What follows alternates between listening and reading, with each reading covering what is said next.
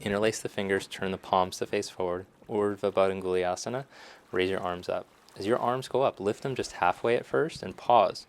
As your arms go up, your front bottom ribs are going to try to come up with your arms. Instead, pull your front bottom ribs back down towards your front hip bones. Instead, lift the back ribs up a little bit more. Turn your tricep muscles towards each other. Lift through the thumb index finger side of your hand. Try to take the arms higher. Bring your arms back down. Change the interlock. Elbows straight. Press through the hands. Now slowly start to take your arms up. But if you look at my side body, I'm being very careful not to let the body lose, the spine lose its Tadasana shape. Even though you could see that my front ribs are trying to lift, I'm trying to move them back down towards my ribs as I stretch my arms. You could see it looks like my armpits are getting a stretch almost. So that's where you want the stretch to happen instead of just letting your low back take the stretch. Bring your arms back down. Put your hands down on the mat. Come onto your hands and your knees. Then come onto the elbows. So the elbows, center elbow goes underneath the center shoulder. I interlace the hands. And then I rest the sides of the thumbs together, right like the side of the thumbnail.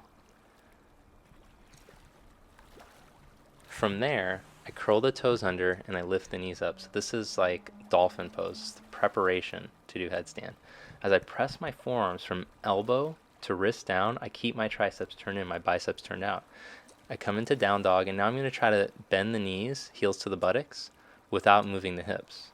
So you can try this a couple of times. Practice stability. You stay even on your elbows as you bend one knee and then the other. Okay, now sit back onto your heels, and we're going to find where the crown of the head is. So put your index finger right along the side of your ear, flush up against. See how it makes that angle like that.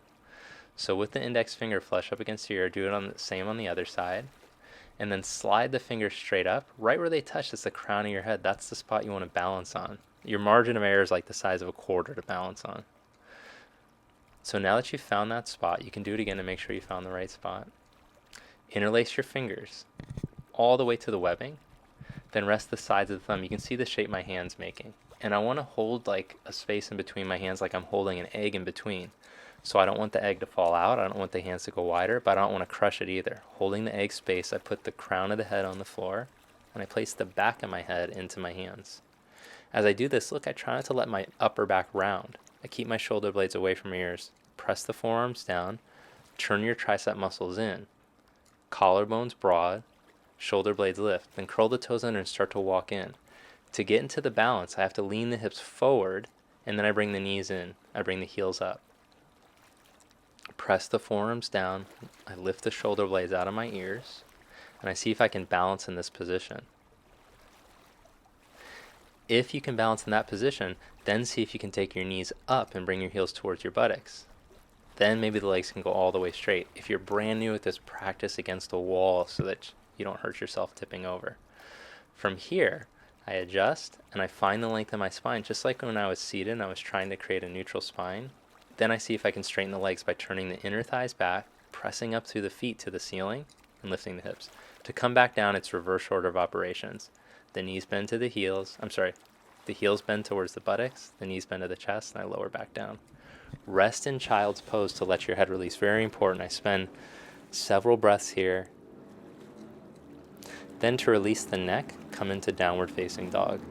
So the whole time you're in that pose, you should be sending more weight into the forearms and lifting out of your neck. When it feels like you're sinking into your neck, that's your sign that it's time to come down.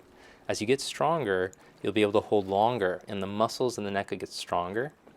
But when you feel like you're starting to sink into your neck, it's time to come down. Over time, you'll build up. Maybe you can hold for 30 seconds, maybe for a minute. So from here, we're going to do a pose to balance out the energetic effects of headstand. Headstand is a heating pose. So we're going to take a variation of Viparita Karani. So I want you to lie with your legs up a wall and your buttocks like about a foot away from the wall so it feels like the legs can relax.